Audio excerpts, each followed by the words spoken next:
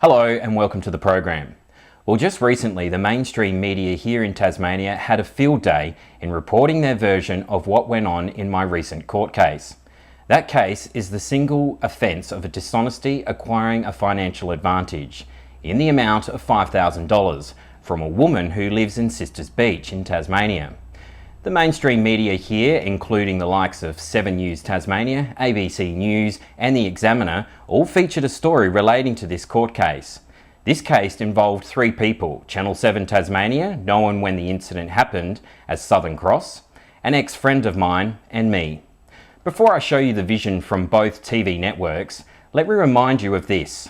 All the mainstream media here in Tasmania have pushed all independent media, including us, from reporting stories and expressing our views and opinions that relate to stories we gather.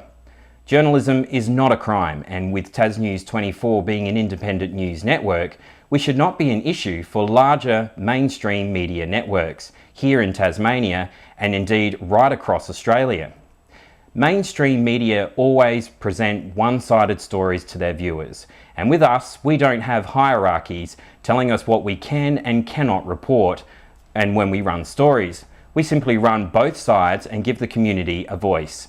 These 2 news segments feature a very one-sided, opinionated look, an attack towards TasNews 24 and me. Let's take a look. A man who pleaded guilty to scamming a Tasmanian woman into paying him money to help fund his TV show has appeared in the Launceston Magistrates Court.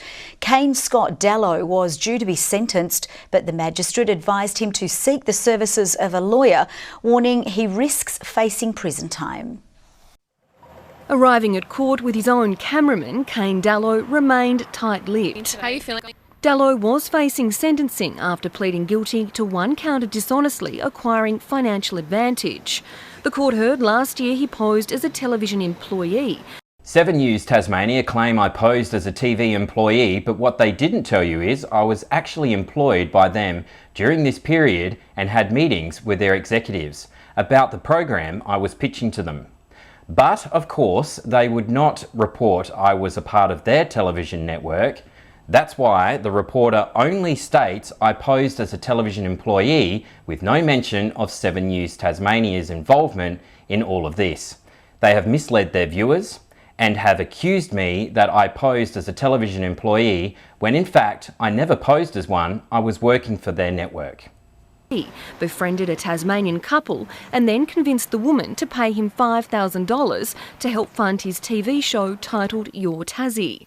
Prosecution argued Dallow has, over a 25-year period, established a record for this type of offending, saying 2 warrants remain for him in South Australia. Outstanding warrants? How absurd. You see, just before my move from South Australia to Tasmania, I was pulled over on the highway by SA Police for failing to signal during a lane change. At the time I was driving with another person in my vehicle, who can corroborate that when the police officer took my licence back to her vehicle and ran the systems check and details on my licence, she walked back to the vehicle and proceeded to let me off with a caution. If I had warrants out for my arrest, she would have detained me right there on the spot. Australia, and that he has another prior matter recorded with the Australian Federal Police. Magistrate Sharon Cure said out of caution she was not prepared to sentence the defendant today, given that he was unrepresented by a lawyer. Prosecution also telling the court his history of offending warranted a term of imprisonment. Upon leaving the court, the defendant had a little more to say. So I'd be very cautious in what you're doing. Get your hand off me. Be very cautious in what you're doing and what you're reporting on. Would you look at that? Of course, 7 News Tasmania use only the last part of my comment to them, so it sounds like I'm making a threatening comment towards the reporter. Here is the full unedited version of my comment. The matter's still before the court, so I'd be very cautious. Be very cautious in what you're doing and what you're reporting on. That would be my advice to you. It said she was thinking a suspended sentence would be appropriate in this case. Until it was revealed by prosecution, Dallow had previously received one for other matters in Victoria. The sentence will now be handed down next month. Jessie Gilmore, 7 Tasmania News.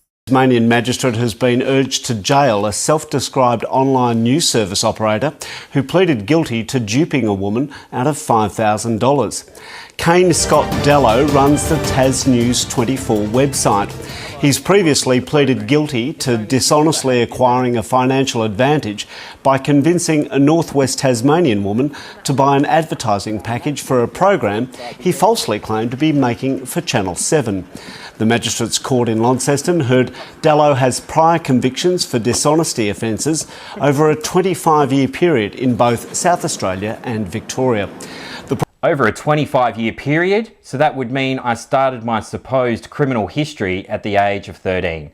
How ridiculous. The prosecutor said he had an outstanding warrant in South Australia for allegedly convincing a woman to give him $5,000 for a media company production. Now it's one outstanding warrant for my arrest? Seems like dodgy researching on the journalist's part to me.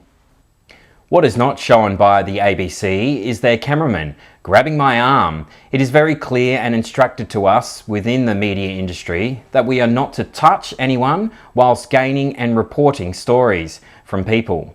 As you can see from the 7 News Tasmania vision, I instruct the ABC cameraman to take his hands off me. Further on, I instruct the 7 News Tasmania cameraman to not touch the vehicle, but from this vision you can clearly see him hit our vehicle to try and gain a reaction by me, and then pass comment and have a laugh about his actions. Not very adult-like, to be honest. It's clear he has a lot more growing up to do. Now back to the ABC.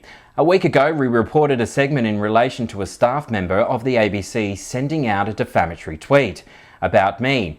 I have contacted the ABC and I have asked them to investigate. However, I am still waiting for a response.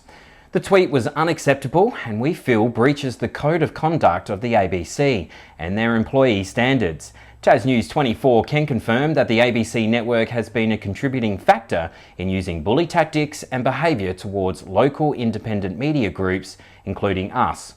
This is concerning, as the ABC are meant to be on a fair and level form of media communications to all Tasmanians. It's clear to us that the ABC have other agendas when it comes to independents reporting the news. The Examiner has yet again run with a fabricated story about me and the current matter that is still before the courts. Examiner reporter Sarah Aquilina wrote an article stating a number of errors and also reported in South Australia and convinced her to give him $5,000 to be a part of his video business. The court heard the woman gave him the money with the hope of learning new skills and being part owner. We contacted the courts and have been advised this matter is not listed with the courts on both criminal or civil registrar. We would advise the Examiner, or any media for that matter, to be very careful in their ways of reporting matters like these, especially when, if it's something was to go to court, it could be seen to cast an influence to the final outcome of the court's proceedings. Media are not meant to report proceedings of any court matters that are still awaiting a hearing, as this could compromise a fair trial. We feel the Examiner and their sister papers have overstepped the mark. Aquilina also stated in her report in relation to the Tasmanian woman who duped out of $5,000, stated, "The woman thought she was depositing the money into a Channel 7 account, but the money went into Dello's personal account." That statement by Aquilina is completely false. The woman knew the amount was being placed into my account, as I gave her my account details to begin with, and police knew of this, including the prosecution. Had Sarah Aquilina done her research, she would know this fact, but instead she decided to report yet another lie. It is no wonder the community of Tasmania calls this newspaper the exaggerator, and that print media is dying off, not just here in Tasmania, but right across Australia. Tasmania Emergency Services have their own media communications team here in Tasmania.